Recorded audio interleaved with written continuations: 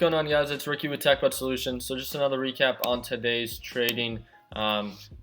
Really quick, just want to give a huge shout out to all the people that were active within our group today. In the morning, it was a pretty busy morning altogether. I had my buddy John come over, so we were trading a couple different stocks. Did end up making a couple mistakes, but again, it's all part of the game. So I'm going to be talking about that. I'm currently up $5.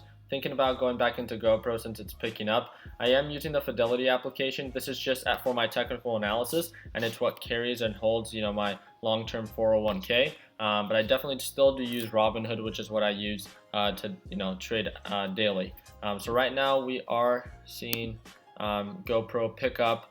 It actually hit the resistance at 980, so hopefully we can see it come back up. Pre-market hours, it actually hit a little bit above $10. And then now it's looking to break above the 980 mark. So hopefully we can get past that and then see, a gap from the $10 mark all the way back up to the $11 mark. So we can make a good profit off of that. They are talking about a merger with Apple. So we're still waiting on the complete news when it comes to that, but definitely did see a big dip. So what that means for us day traders is area for profit. So there was a lot of gappers that we're actually talking about in the charts or in the chats today. So GoPro was one of them. CERU, since they had such a good day today, was definitely one of them. We identified one of the safeties at 135. Another shout out to John for using one of his scanners of volume to be able to identify the bounce at 135, the resistance at 150. It is right now trading around 147, so again around this area. So a plan to be able to trade CERU would be buying in anything around 135 to anything below 140, be able to sell around 145 to 150. It does trade a little bit or hold a little bit above 150, but again, being realistic and just locking in those profits would be ideal to sell at or below 150 to lock in your 10% profit, and cut losses anything below 135. It does look to go slightly below 135, so maybe you could set it around 133. But again, we are talking about a $1.35 stock, so you want to cut losses as soon as possible, especially because it is seeing high volume and it did start around 90 cents. So you definitely want to make sure you don't ride it all the way down. That's pretty much our analysis on CERU. We did end up trading RGSE, and I did stop loss out of it. So we're actually up in the day with RGSE. I ended up stop lossing out. I lost about $12. I lost about 11 on the first trade and about 11 on the second trade, and then I was up about $30 on GoPro. So that's why I'm up so far, like $5 to $8 altogether. Right now we're not seeing much volume. It looks like it's holding around 277, which is a pretty good bounce there around 275, 277 would be a good buying area. There is a slight resistance around 280 and another resistance at 285. It saw this huge spike. Most likely I'm not going to see that again.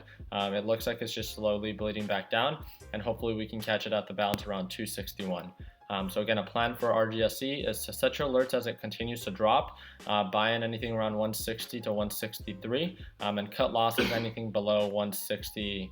160. So you can set a stop loss order at 2.599 to minimize loss altogether. That's pretty much our breakdown on today's trading. There were a couple traders that were able to lock in a good amount of profit. I do want to give a shout out to Dawson, locking in $120 worth of profit on one of his trades today. And we're just giving a couple shout outs. We were pretty active within the group today. Really like that my buddy John came over today. It allows me to kind of just be a little bit more active within the group chat, since I'm kind of just in my head the whole time. So it gives me just a second opinion, personally to go back and forth on thoughts on different stocks. He's more of an analytical trader, so he likes looking into the company and stuff like that. So he's a really good guy to look to reach out to when it comes to wanting to understand how the company is doing and if it's bearish or bullish. I'm more of a technical trader, so I like looking at the graphs and having a better understanding on where to expect a bounce and setting up a whole game plan that can kind of set yourself up for success. So it says he actually made $340, Dawson. So hopefully congrats to him for making the 340. Ivan's up 78 so far on the day, and then a couple other traders just talking about their trades that they've been able to lock in. It is 10 o'clock here Mountain Standard Time. So I am done for the day. I'm going to set my alerts and kind of trade according to that. But if you have any questions, my email is provided for you down below. So feel free to reach out to me. It is techbuds@mail.com. And if you guys would like to be a part of our group chat platform, we are sitting about a little bit over 1,300 members with all different platforms worldwide. It's a free group you can join. It's pretty much, teaches you the basics and fundamentals of trading penny stocks.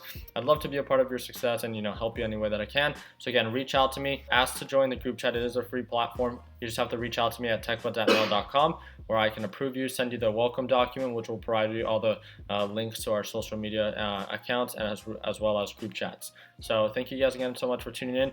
Give this video a thumbs up if you found this video somewhat helpful, and just subscribe as we upload daily recap videos, as well as tips and tricks on how to be successful when it comes to trading penny stocks.